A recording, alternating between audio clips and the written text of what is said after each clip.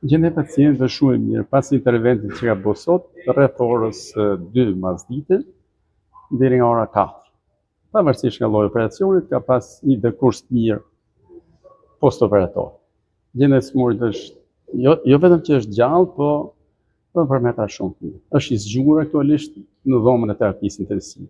Aty ku rrin ose qëndrojnë gjithë të smurët që kryejnë një operacion të tillë. Për çfarë u operua?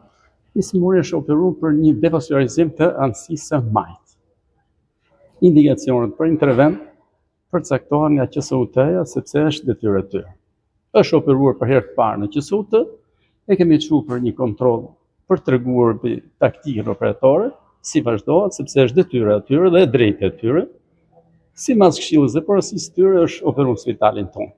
Nuk është operacion i lehtë, nuk bëhet në gjithë spitalet, e kemi bërë dhe ka shumë mirë. Sa sfiduese ishte për ju kjo ndërhyrje?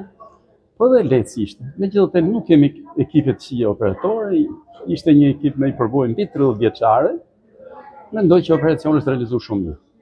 Doktor, fakti që pacienti në dijenin tonë vuan nga HIV/AIDS, njëkohësisht është dhe përdorues i lëndëve narkotike, komplikon më shumë gjendjen e tij shëndetësore? Jo. I smuri është portator, po jo mbajtës i HIV. Nuk e komplikon.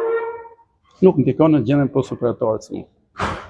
100% i smuri është gjendje shëndetësore të mirë, është gjallë, thashë të herë dhe është shërbim i reanimacion. Për shkak të situatës së tij familjare dhe të anëve të shëndetësore, sa parashikohet të mbahet në observim dhe Për të arsye familjare, ne si institucione kemi parasysh që nëse një smur tjetër me tjetër patologji që ndron në një ditë të caktuar, 10 ose 12 sa që ka protokolli, të smur të tillë zakonisht ndrojnë për një periudhë më të gjatë.